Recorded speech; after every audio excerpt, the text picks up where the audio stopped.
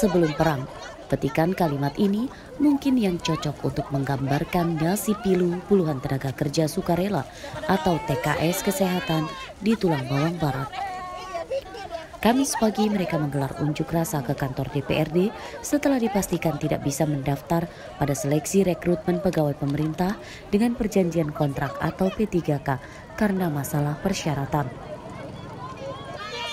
Pasalnya pada rekrutmen P3K tahun ini hanya menerima pelamar dari kalangan honorer yang sudah masuk dalam database di Badan Kepegawaian Negara atau BKN sebagai salah satu syaratnya.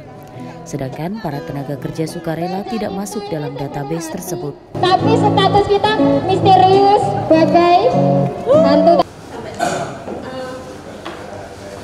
Air mata peserta unjuk rasa berlinang saat mereka menyampaikan nasib pilunya di pertemuan dengan para pejabat Pemkab dan anggota DPRD.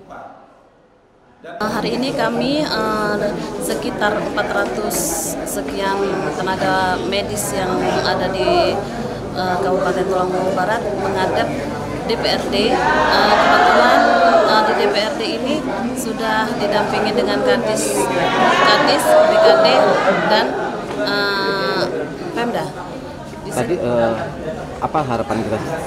Harapannya untuk memberikan penjelasan kepada kami, data kami masuk ke BKD atau BKN. Pada pertemuan dengan massa, pejabat Pemkab Tulang Bawang Barat berjanji akan memperjuangkan nasib mereka supaya bisa mendapat gaji lebih layak dari APBD.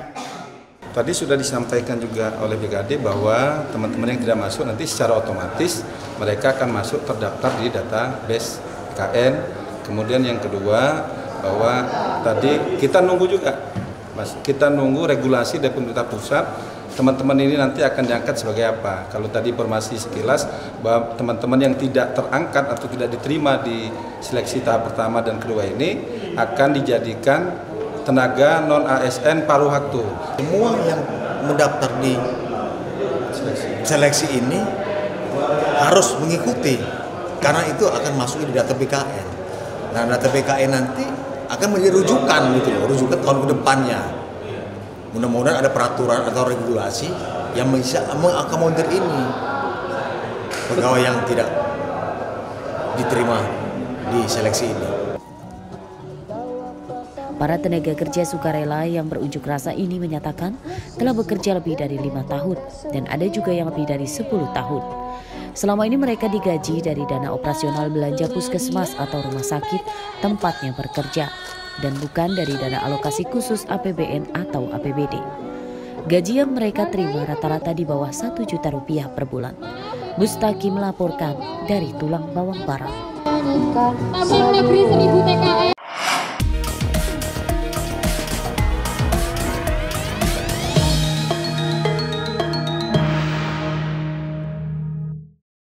Atau ASN harus netral dalam berpolitik. Sejak dimulainya masa kampanye pasangan calon kepala daerah pada 25 September lalu, tercatat ada sebanyak 8 pelanggaran netralitas di sejumlah daerah.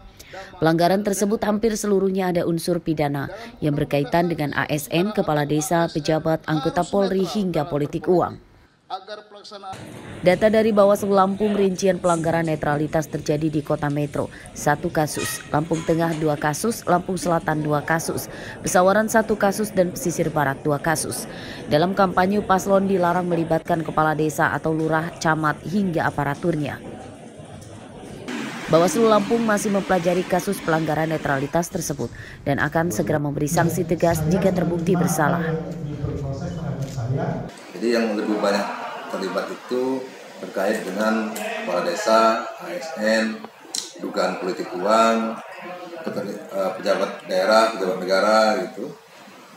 Itu ini ya.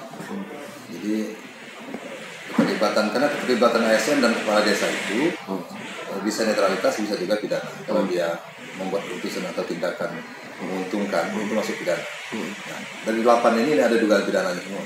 Jika terbukti bersalah, abdi negara yang melanggar aturan pemilu akan diberi sanksi administratif, pemberhentian sementara, sanksi denda hingga penjara. Arsadi Saputra melaporkan dari Bandar Lampung.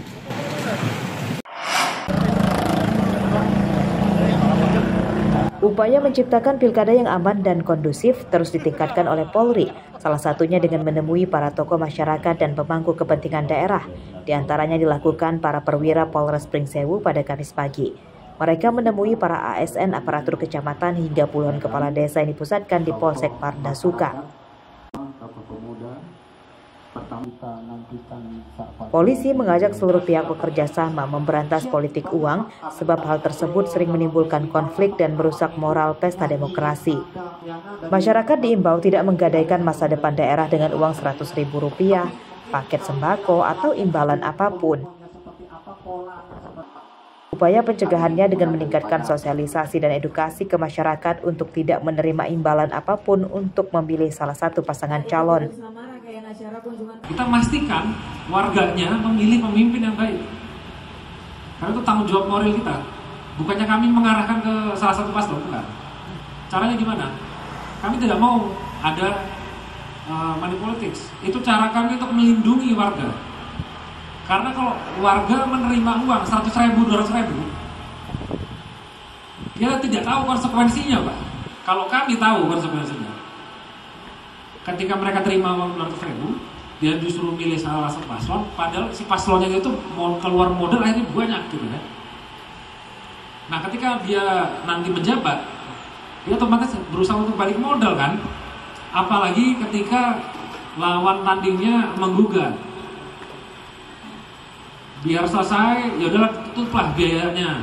Makin gede lagi. Nanti begitu jabat, korupsi lagi. Bapak sendiri nanti yang kurang nanti.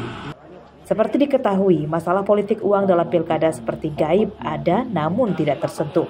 Selama pilkada di Lampung tercatat belum ada orang yang dipenjara karena kasus politik uang. Padahal setiap pilkada, Bawaslu juga sering mengungkapnya, namun para pelakunya bebas karena akhirnya tidak terbukti. Robi Lasto melaporkan dari Lampung Selatan. Dan kami